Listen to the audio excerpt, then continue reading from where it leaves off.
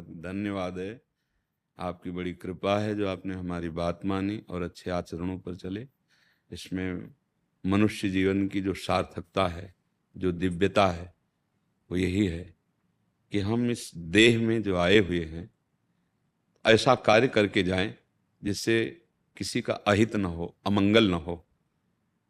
जिसकी कृपा से देह मिला है उस प्रभु को हम प्राप्त हों। अगर उनको नहीं प्राप्त हुए तो इतना तो बनी जाए कि जितना हम चढ़ गए हैं मनुष्य योनि में, अब नीचे की योनियों में न जाए, गंदी योनियों में न जाए। तो जैसे जो मदिरा पीना है, मांस खाना है, ये शास्त्र निषेध वस्तु है। इसमें आप खुद देख लीजिए, जो करते हैं खुद देख लीजिए, प्रमाद स्थिति आती है। जो करना चाहिए वो इस भाव नहीं रहेगा, जो नहीं करना चाहिए उस भाव की बहुत प्रबलता होगी। निषेध इसीलिए किया गया है। जो दूसरे के मांस को खाना है ना बच्चा, बड़ी कृपा छोड़ दिया है। हम समझते हैं मुझसे बलवान हो जाएंगे या स्वास्थ्यवर्धक है। भाई नहीं, हमारे लिए नियत किया गया शास्त्र में।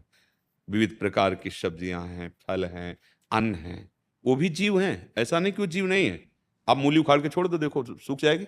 उसमें भी वही जीव है जो एक पशु में जीव है ना, ठीक वैसे उसमें गेहूं को उखाड़ के देख लीजिए, तो फेंक दीजिए, सूख जाएगा, मर जाएगा। उसमें भी जीव है, पर वो जीव हमारे लिए नियत किया गया है। सिद्धांत है ना, वो हमारे लिए है कि आप अन्न पाओ, फल पाओ, और बहुत सी भोजन सामग्री है जो प्रकट शरीर में, जैसे हमारे कोई ऐसे काटे, हमें लगता है ना, ऐसे उस जीव को, ये जैसे भी मुर्गा, जो भी पशु हैं, बकरा, भैंसे आदि पशु, ये सब जीव हैं। हाँ, जो राक्षस हैं वो अपना जाने। आप मनुष्य देह में हैं, और पुष्टता जिसे बल कहते हैं वो तुम्हारे वीर्य में होती है। जिसको तुम खिलवाड़ समझते हो वो खिलवाड़ नहीं, तुम्हारी जीवनी शक्ति है। यदि संयम से, ब्रह्मचर्य से रहो तो ना उतनी घी में ताकत है, ना दूध में ताकत है, ना किसी भी पदार्थ में ताकत जो तुम्हारे ब्रह्मचर्य में ताकत है।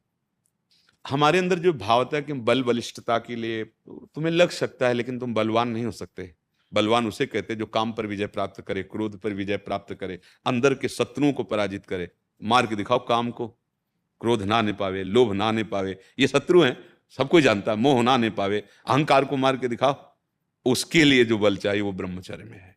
शुद्ध ज्ञान, शारीरिक बल भी, आध्यात्मिक बल भी, दिव्य भाव, दिव्य स्मृति, हर अंग में विशेष स्फूर्ति। आवेश आ जाए तो कुछ भी कर सकता है, वो सारा कुछ ब्रह्मचर्य में है। पर वो वही रह सकता है जो संयम से चलता है, शुद्ध आहार रहता है। तो हम धन्यवाद देते हैं कि आपने शराब छोड़ा। देखो, शराब पी करके अपने घर वालों को, अपने पड़ोस वालों को, या अपने आप को दुख ही में डालना है, कोई सुखी नहीं हो सकता। ये पक्की बात है। आप सब जानते हैं कि शराब पीने से अंदर के जो कोमल अंग हैं उनको नुकसान पहुंचता है। हाँ, कुछ ऐसा है, जैसे वो फौज में है, बहुत ही बर्फीली जगह पे उनको, तो उस समय वो राजकीय विभाग के अंतर्गत सेवा में प्राण समर्पित किए हुए हैं। अब वहां घर थोड़ी है कि मूंग की दाल बनाओ आज, रोटी, वहां तो जो मिल रहा है जैसे, क्योंकि वो ऐसी स्वतंत्रता में थोड़ी है, वो देश की रक्षा के लिए। अब उनको कुछ भी मिले, कुछ भी मिले, प्राण पोषण करके देश रक्षा में लगना है। अब वहां ये नहीं देखना है कि वो क्या खा रहे हैं, वो क्या पी रहे हैं। उस समय उनके जीवन, जहां हम 5 मिनट खड़े नहीं हो सकते, वहां उनकी ड्यूटी लगी है, ड्यूटी लगी। अब वहां प्रश्न नहीं उठ सकता। अब आपकी बस चले तो ना खाओ, लेकिन हम नहीं कहेंगे, क्योंकि हमें पता है कि वो आपकी रसोई नहीं है। सरकार, आप खड़े हो जहां पता नहीं कहां ड्यूटी है, वहीं आपको टिफिन पहुंचा दिया गया। अब क्या है, जो है प्राणों में पोषण करो और आप वीरतापूर्वक अपने देश की रक्षा करो। जो नाम मिला है नाम जप करो, हो जाएगा, सब काम हो जाएगा। क्योंकि आपकी स्थिति वहां स्वतंत्रता की नहीं है। जो मिलेगा वही तो खाएंगे, जैसे जहां तैनात कर दिया गया वही रहना है। पर अपने को ऐसा नहीं है, अपने घर भी जा सकते हैं, अपनी व्यवस्था है। हम उनको संत से कम नहीं मानते। किसी भी स्थिति में कुछ भी खाते पीते हो, हमारे देश की रक्षा में खड़े, हम उन्हें संत मानते हैं। कई कई महीने अपने परिवार से नहीं मिल पाते, और हो सकता है जिंदगी में ना मिल पाए। ऐसा भी तो होता है। नहीं, देखो अभी सुना नहीं, बड़े बड़े चूक हो गई तो बड़े बड़े अधिकारी अपने, जो अब वो घर वाले तो सोच रहे हैं कि पापा आएंगे छुट्टी में। अब उनके बलिदान को अपने लोग क्या समझ रहे हैं, लेकिन उनसे पूछो, उनके घर वालों से, प्रणाम करते हैं। वो संत से कम नहीं है, उनकी बात अलग है। पर अपने लोगों को, हाँ, ये धन्यवाद है कि आप अच्छे मार्ग के पथिक बन रहे हैं। नाम जप करें, भगवान कृपा करें और आगे प्रकाश हो। महाराज जी, मेरे मन में वैरागी भावना आती है, पर दृढ़ निश्चय नहीं कर पाता, मन हाँ, भटकता रहता वो है। भी हो जाएगा। बैराग्य का मतलब कपड़ा बदलना नहीं है। बैराग्य का मतलब भागकर बाबा जी बनना नहीं है। बैराग का मतलब जैसे आप गंदे आचरण छोड़ रहे हो ना, ऐसे ही धीरे धीरे जब और बढ़ेगा ना, तो अच्छे से अच्छे पदार्थ खाते हुए भी आप उसमें आसक्त नहीं होंगे। पत्नी पास है, घर परिवार है, संतान उत्पत्ति की क्रिया करते हुए भी आप उसमें आसक्त नहीं होंगे। ये कला आ जाएगी अंदर से, घर में रहते हुए महात्मा हो जाओगे। और बाहर भेष बदल लिया और अंदर से गलत चिंतन चल रहा है, तो फिर वो किसी काम का नहीं है, पक्की बात है। वो तो नौटंकी नाटक है। नाटक में नहीं लोग बहुत बढ़िया साधु वेश बना लेते हैं, घंटा 2 घंटा के लिए वो ऐसे ही बैठते हैं। वो भगवान को ऐसा, वो सर्वज्ञ है, वो अंदर बैठे जानते हैं। वैराग्य का मतलब है संसार के किसी भी भोगों में अनासक्त रहें।